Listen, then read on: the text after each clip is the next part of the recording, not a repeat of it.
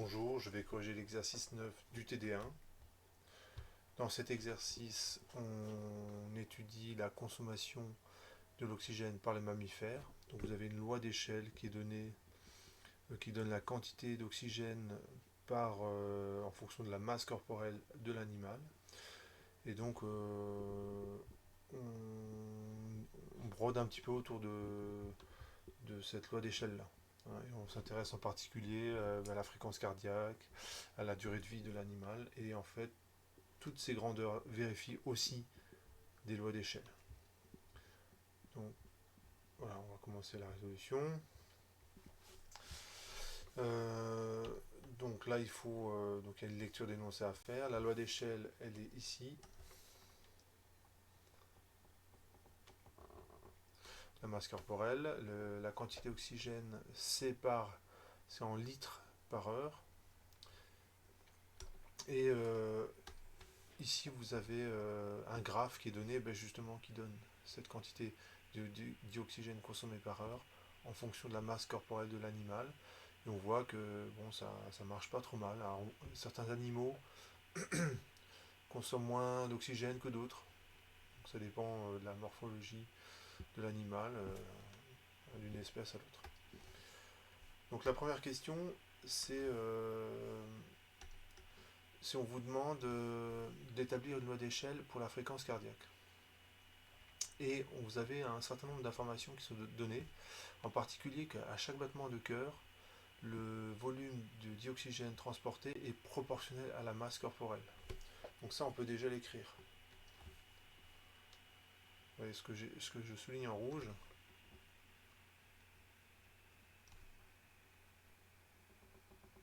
Donc voilà, cette phrase-là.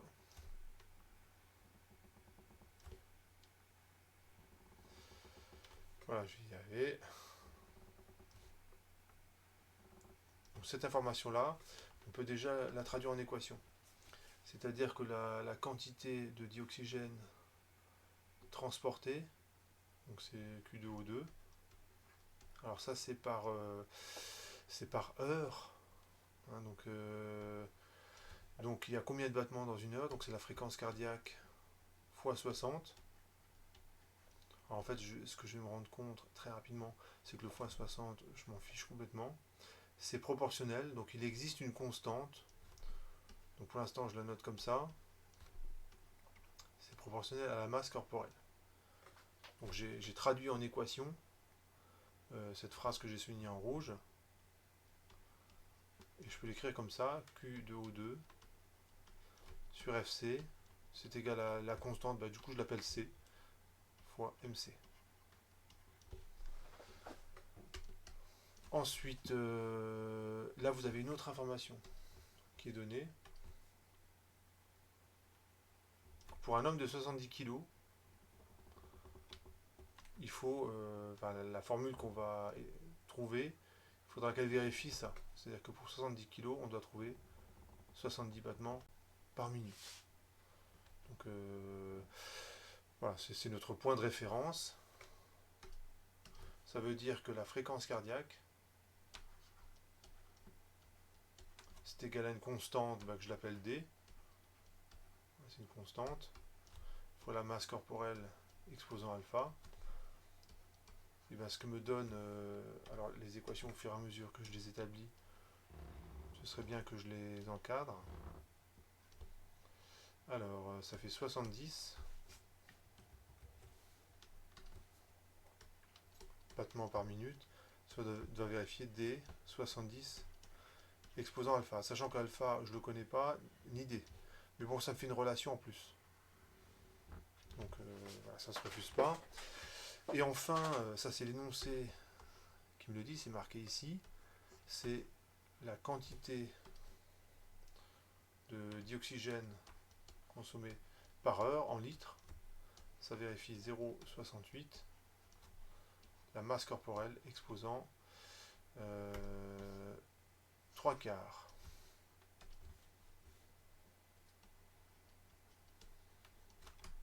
Donc ça, c'est simplement l'énoncé qui me donne cette information. Donc si vous regardez, il y a moyen, le Q2O2, en fait ce qu'il faudrait faire c'est le réinjecter là-dedans. Parce qu'en faisant cela, eh ben, j'ai plus que la fréquence cardiaque et la masse corporelle et une constante C que je ne connais pas encore. Et ça, normalement, j'aurais quasiment répondu à la question.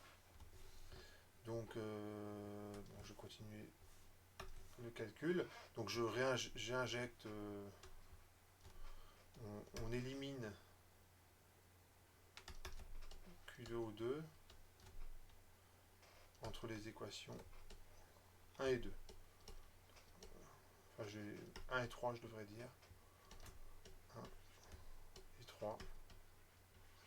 L'équation 1, elle est là. L'équation 2, elle est là. L'équation 3, on va dire que c'est celle-là. Donc ça donne quoi? 0,68. La masse corporelle exposant 3 quarts sur la fréquence cardiaque, c'est égal à une constante que je ne connais pas fois la masse corporelle. Donc je continue le calcul. La fréquence cardiaque, donc ce terme-là, je vais le passer au numérateur. Le MC, je le passe au dénominateur, ainsi que la constante. Donc ça me donne FC égale 0,68 divisé par la constante. MC exposant 3 quarts fois 1 sur MC. Et quand vous regardez 1 sur MC, en fait, ce n'est rien d'autre que MC exposant moins 1. Et vous savez que quand vous avez MC exposant 3 quarts fois MC exposant moins 1, ça fait MC exposant 3 quarts moins 1.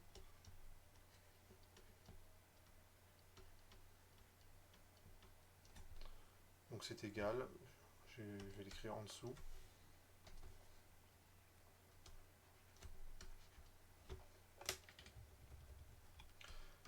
Voilà, donc FC égale. Alors le 0,68 sur C, en fait, si vous regardez bien, ça va être rien d'autre que cette constante D. Hein, l'équation que je vais écrire là, ici, en fait c'est cette équation-là, mais cette fois-ci, on va connaître alpha. Donc on va reconnaître la constante D.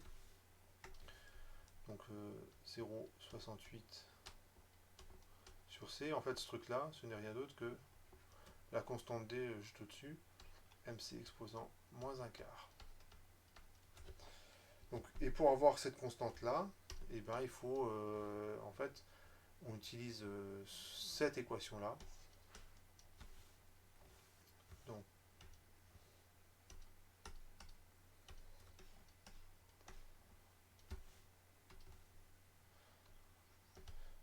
Donc, or 70, c'est égal à D 70 exposant moins un quart. Ça veut dire que D, ça vaut 70 fois 70 exposant un quart. En fait, pour passer de cette équation à cette équation, je multiplie à droite et à gauche par 70 exposant un quart. Quand on fait l'application numérique, on trouve D égale 202. Donc il y a encore des chiffres après la virgule si on veut, mais ça ne sert à rien d'être trop précis. Donc finalement, la loi d'échelle qu'on a trouvée, une loi d'échelle, c'est typiquement ce que je vais écrire, c'est une relation avec des multiplications et des exposants. C'est 202 fois la masse corporelle exposant moins un quart.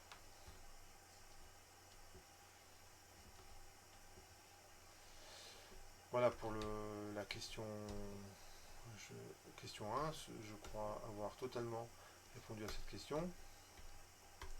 On passe à la question 2. J'étudie la validité de la loi précédente. Donc la question 2. On vous donne un certain nombre d'informations Donc pour trois animaux, la souris, le lapin et l'éléphant, le renard en fait l'information est manquante. On va tracer et on pourra rajouter l'homme, 70 kg, 70 battements, après tout. On va tracer, on va vérifier que la loi qu'on vient d'établir, elle est pas, elle est bien. Donc je vais recopier les informations. Donc pour la souris,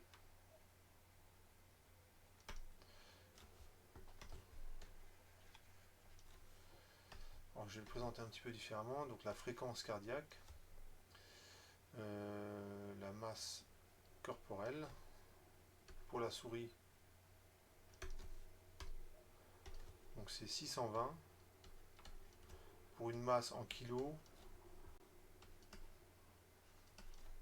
et ça c'est battements par minute. Pour 15 grammes, donc c'est pas bien lourd. Ensuite vous avez le lapin, 2 kg pour un rythme cardiaque de 210. Allez, je rajoute l'homme. C'est une donnée de l'énoncé.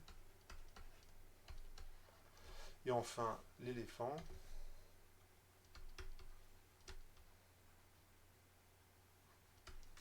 Qui a un rythme cardiaque de 37 pour une masse corporelle de 3000.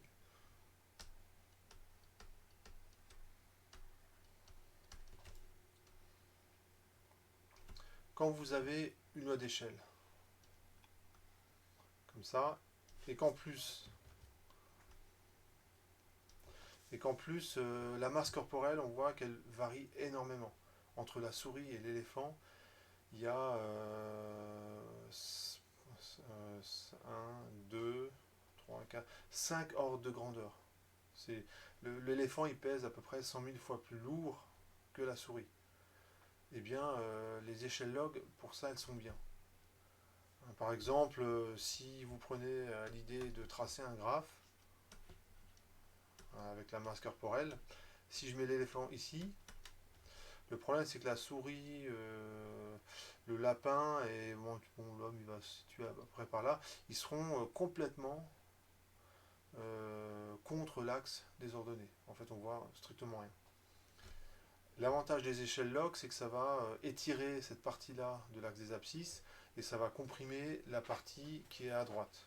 Ce qui fait qu'on arrive à accéder à toutes les échelles sur un même graphe et on y voit quelque chose. Donc quand vous arrivez là, il faut penser à travailler en échelle log. Donc je vais continuer mon tableau. Et je vais calculer log de la fréquence cardiaque et le log de la masse corporelle.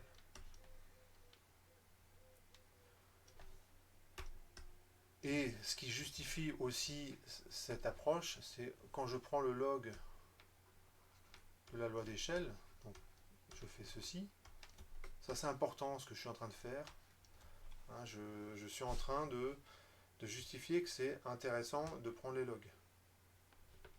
On peut toujours calculer les logs hein, si on a envie. Il n'y a pas de problème. Mais là, vraiment, je le justifie. Donc je prends le log de cette expression, donc bon, ça ne présente aucune difficulté. Et vu les propriétés des logs, donc je rappelle les propriétés, hein, c'est log de A fois B, c'est log de A plus log de B. Ça veut dire qu'on a log de FC qui vaut log de 202 plus log de MC exposant moins un quart. Et vous avez une autre propriété des logs qui est intéressante, c'est que log de A exposant X, c'est X log de A. Donc l'exposant il se retrouve devant, ce qui fait qu'on a log de FC qui est égal à log de 202 moins un quart de log de MC. Voilà, c'est ce petit calcul qui justifie pleinement que c'est judicieux de calculer les logs. Pourquoi? Parce que sur un diagramme où apparaît en ordonnée log de FC, l'ordonnée c'est Y, et en abscisse log de MC, et ben le diagramme que l'on va tracer correspond à celui d'une droite. Regardez bien cette expression. Y c'est une constante, moins un quart, donc moins un quart c'est la pente, toute là. Et le log de 202, on appelle ça l'ordonnée à l'origine. Donc je vais construire ce diagramme-là, et normalement les points doivent s'aligner, et après, une fois que c'est fait, donc je constate oui ou non c'est aligné, ça je vais bien le voir. Je vais mesurer la pente, je dois trouver une valeur proche de moins 0,25, et pour l'ordonnée à l'origine, je dois trouver une valeur c'est à peu près 2,3, le log décimal de ce truc-là. Petite remarque, j'aurais pu utiliser le logarithme népérien. Dans ce cas, il faut transformer tous les logs décimaux en logarithme népérien. À la fin, ça ne change rien au niveau de la conclusion de mon étude, mais c'est un choix qu'il faut faire au départ. C'est soit je prends que le log décimal, à gauche et à droite, soit je prends que le logarithme népérien, à gauche et à droite. Donc je vérifie juste une petite chose, c'est bon. Alors je vais calculer les logs et je vais construire le diagramme.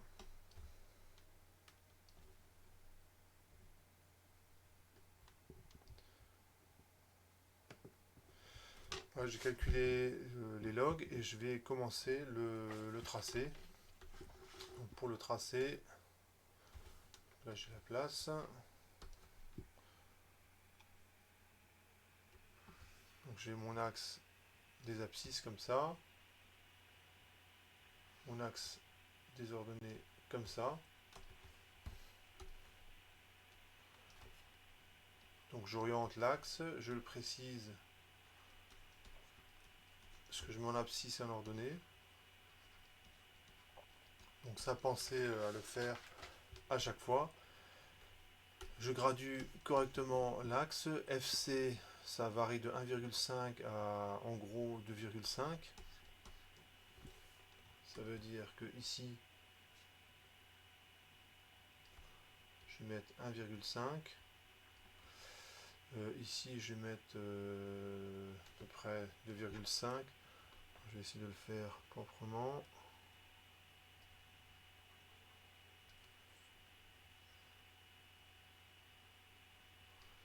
Voilà, donc ici ça fait 2, et ici ça fait 2,5. Donc vous voyez que le 0 n'apparaît pas sur l'axe des ordonnées, il est beaucoup plus bas, mais ça je m'en fiche complètement. Hein, ce qui est important, c'est que les points ils soient bien répartis sur mon diagramme.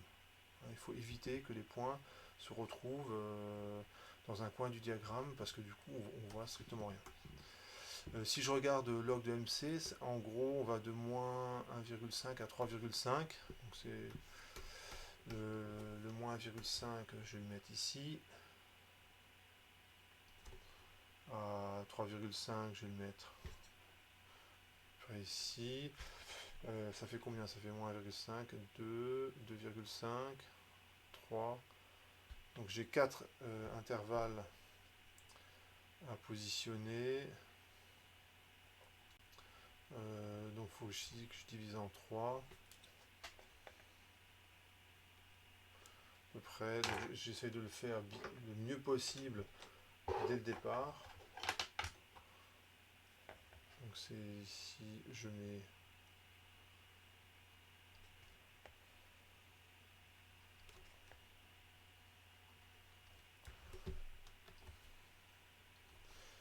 voilà, donc j'ai gradue l'axe. Alors évidemment, je pourrais ne pas m'embêter et puis prendre un tableur et puis tracer les points. Évidemment, ça, vous pouvez toujours le faire. L'avantage de ma façon de procéder, c'est l'avantage de cette façon de procéder, on comprend peut-être un petit peu mieux ce qu'on fait. Alors,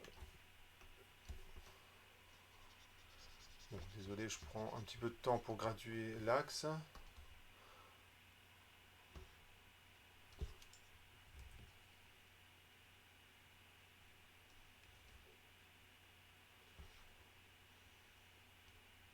Voilà. Donc c'est log de la masse corporelle et je mets une graduation supplémentaire. Donc ici ça va être 3,5, 3, 2,5, 2 et 1,5. Donc je vais placer tous les points et puis ensuite je vais tracer la droite.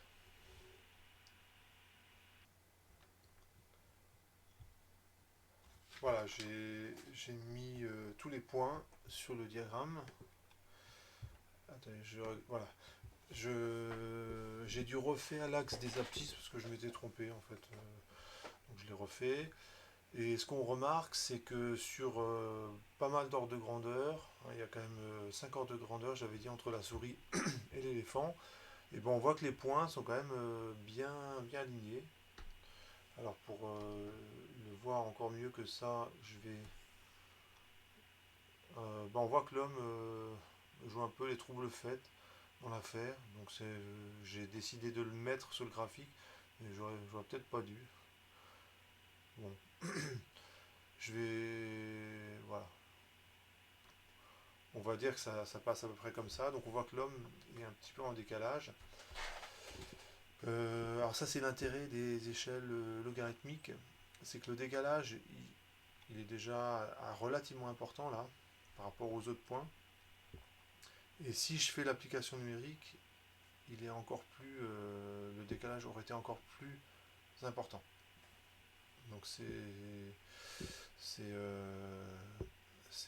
les échelles logarithmiques en fait ça atténue un petit peu les erreurs. C'est une erreur d'un facteur 2 en échelle logarithmique, surtout sur un diagramme comme ça, et ben ça fait c'est beaucoup moins visible que si on fait l'application numérique où là on verrait tout de suite qu'il y a une erreur d'un facteur 2 par exemple. Ce que je vais faire maintenant, c'est mesurer la pente. Donc je vais passer avec de moins 1 et je vais avancer jusqu'à les 4 unités. Donc je me déplace comme ça. Donc quand je fais ça, je me déplace de 4 unités. Sauf erreur. 5 unités, pardon. 5 unités. Puisque je pars de moins 1. 1, 2, 3, 4, 5. Et je descends de combien? Alors ce que j'aurais dû faire, c'est partir d'ici, avancer de 5 et descendre. Bon, je le fais dans ce sens-là. Je descends d'abord et puis je me déplace vers la droite ensuite, ce qui revient au même. Voilà. Et là, je descends de combien? Donc je vais récupérer la valeur.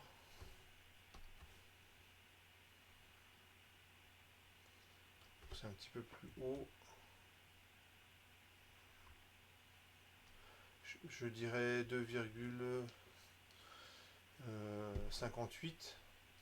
Donc la pente.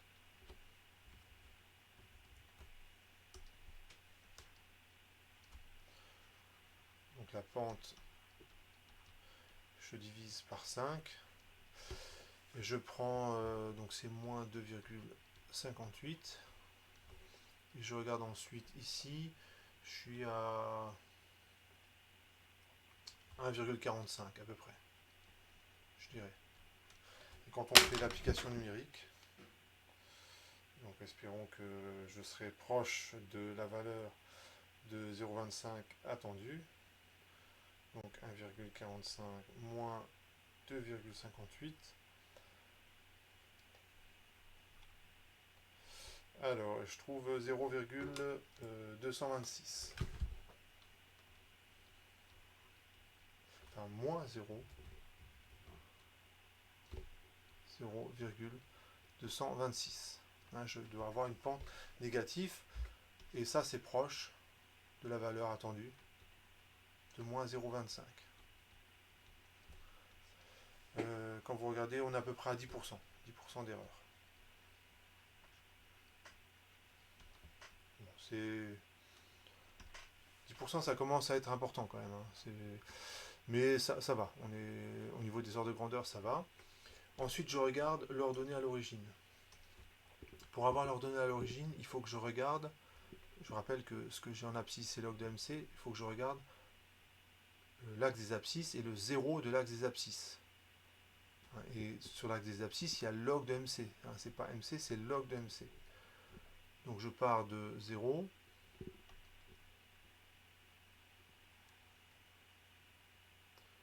Je rejoins la droite. Partant d'ici, je fais la lecture ici. Donc je me déplace comme ça. Hein. Au niveau de la construction de ce trait-là, on part de 0, on va sur la droite, et puis on fait la lecture qui. On a 2,3, 2,36 à peu près. Donc là, je trouve environ 2,36, et la pente, je trouve moins 0,226. Et quand on regarde, quand on calcule log de 202, en fait, on trouve 2,3 quelque chose. Donc c'est tout à fait... c'est quand même pas mal, hein, donc c'est assez bien vérifié. Ensuite, la question suivante, on s'intéresse maintenant à la durée de vie. Donc on a 3,5, 14, 80. Alors cette fois-ci, je ne vais pas rajouter un point supplémentaire qui est le cas de l'homme, parce que en fait l'homme ne vérifie pas du tout cette loi. Donc je vais procéder de la même façon, je vais faire un tableau, et je vais ensuite tracer le graphique.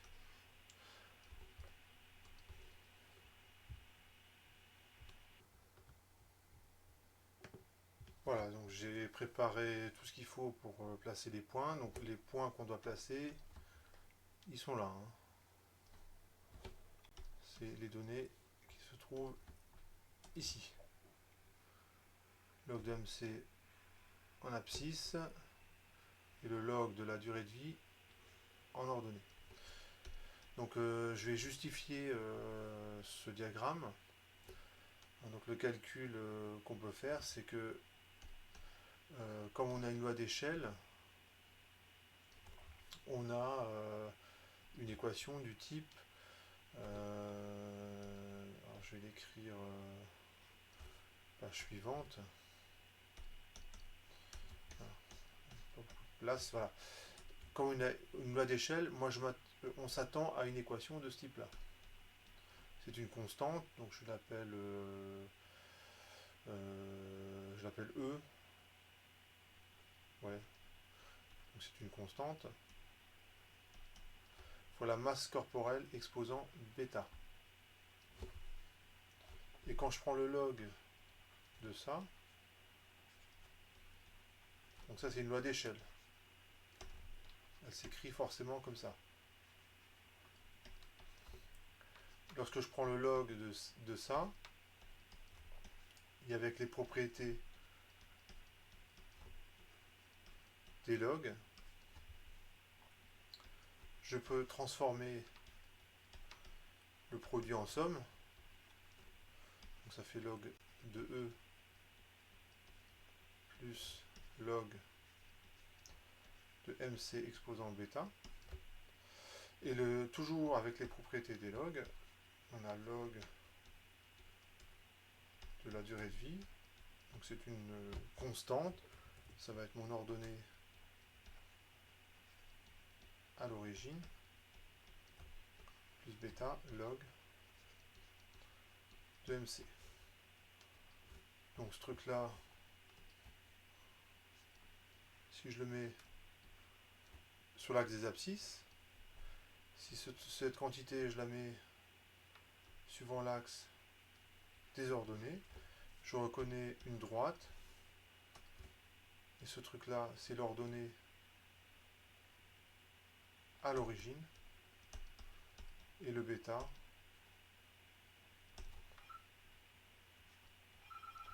c'est rien d'autre que la pente.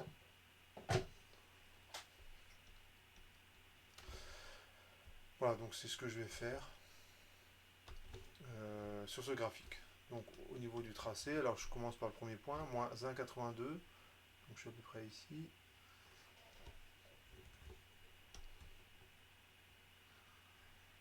Moins 1,82 et 0,54. Donc je dois être à peu près ici. Ensuite 0,48, 1,15. 0,48, donc je suis à peu près ici. 1,15. Ça va vers ce point-là. Et enfin 3,48, 1,90. 3,48 c'est là. 1,90. 6, 7, 8, 9, donc c'est à peu près ici.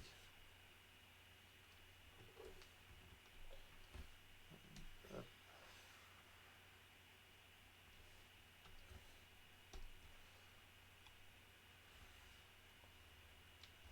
Ceci.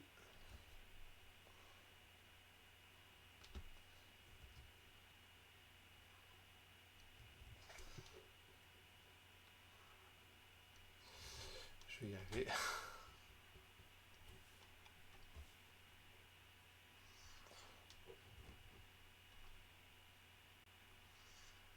Voilà. Donc,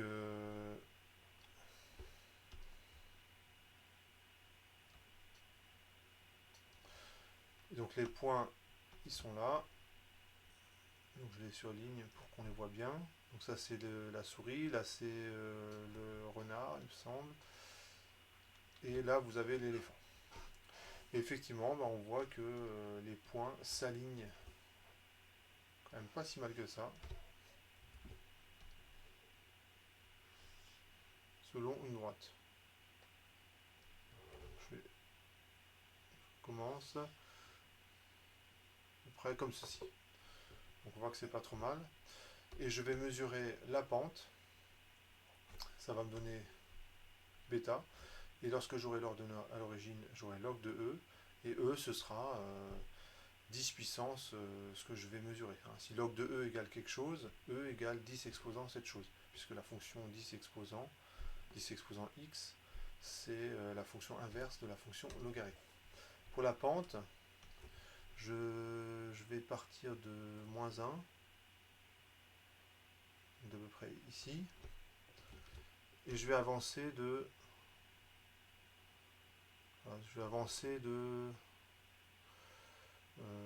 allez, 4 unités, donc je vais avancer jusque là. Donc quand je fais ceci, j'avance de 4 unités, sauf erreur. 1, 2, 3, 4. Donc j'avance de 4 unités.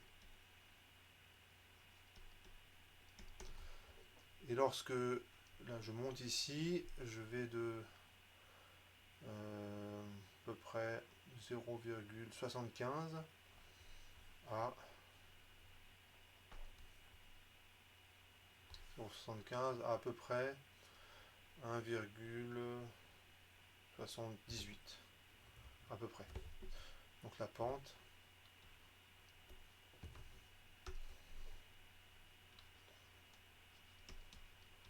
c'est égal, donc je divise par 4, donc j'avais dit 1,78 moins 0,75, donc ça fait une pente qui vaut, donc on fait l'application numérique, 1,78 moins 0,75, donc c'est 1,03, et je divise par 4 et je trouve 0,257. Alors je vais l'arrondir à 0,25. Donc vous allez me dire c'est pas correct, il faudrait plutôt l'arrondir à 0,26. Bon, je l'arrondis quand même à 0,25. En fait ça m'arrange parce que ça va m'aider pour la question d'après. De toute façon la détermination est assez approximative. Donc si je refais la correction, peut-être que je vais trouver 0,24. Puis si je refais la correction, je vais trouver une autre valeur, toujours proche de 0,25. Donc voilà, d'autorité, je choisis 0,25. L'ordonnée à l'origine, donc je pars de 0 sur l'axe des abscisses, hein, où il y a log de MC. Donc je m'en fiche finalement que ce soit log de MC ou autre chose. Hein. Je pars du 0 de l'axe des abscisses. Je vais jusqu'à la droite. Et ensuite je repars de la droite. Et j'arrive ici quasiment 1. On va dire que c'est 1. Donc finalement, la pente, je trouve environ 0,25. Ici, pour l'ordonnée à l'origine, je trouve 1, à peu près 1. Donc E, ça vaut 10 puissance 1, c'est-à-dire 10. Donc finalement, la durée de vie, d'après le graphique, d'après les mesures faites sur le diagramme,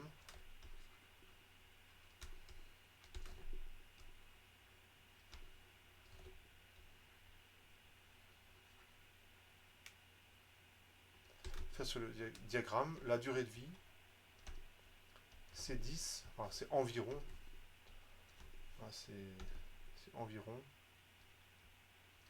10 fois la masse corporelle exposant, alors 0,25 c'est un quart.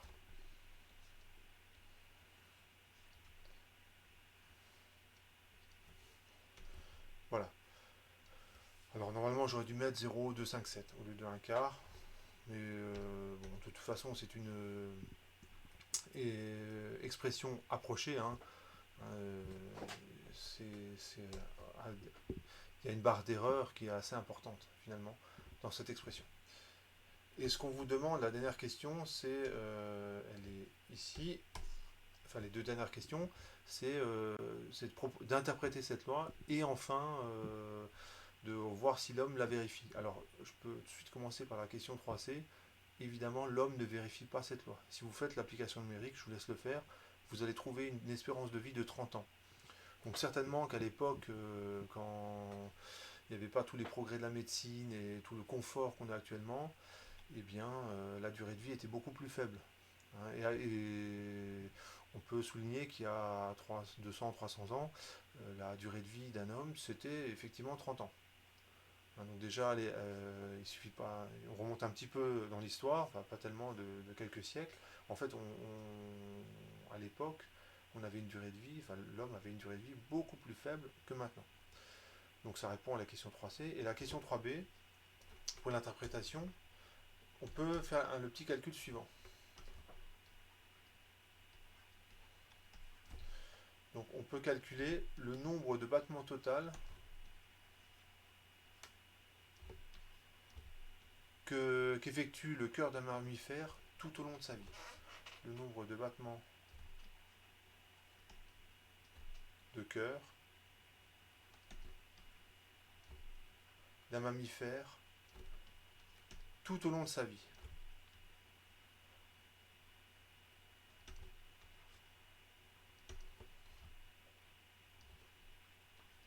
Donc bien sûr, c'est une estimation.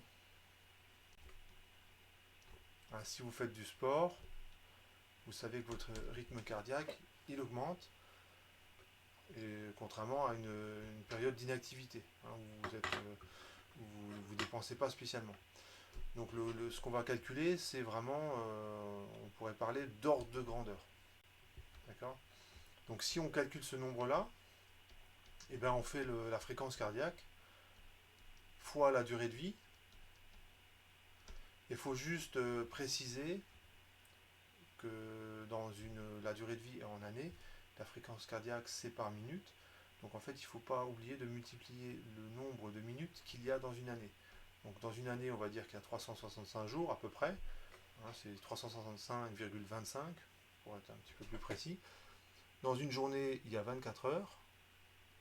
Dans une heure, il y a 60 minutes. Je remplace. le nombre de battements cardiaques. Ben, la fréquence cardiaque, on avait dit que c'était 202 fois la masse corporelle exposant moins un quart. Donc ça c'est le premier terme. La durée de vie, on a dit que c'était 10 fois la masse corporelle exposant un quart. Donc peut-être que vous voyez pourquoi j'ai tenu absolument à ce que l'exposant soit 0,25. C'est pour, en fait ça va simplifier. Fois 365 fois 24 fois 60. Donc là on a une simplification de ces deux termes-là. Et en fait on arrive à une conclusion, c'est que le nombre de battements c'est environ, donc ça veut dire ordre de grandeur, c'est 1 milliard. Pour un mammifère. Et ça ne dépend pas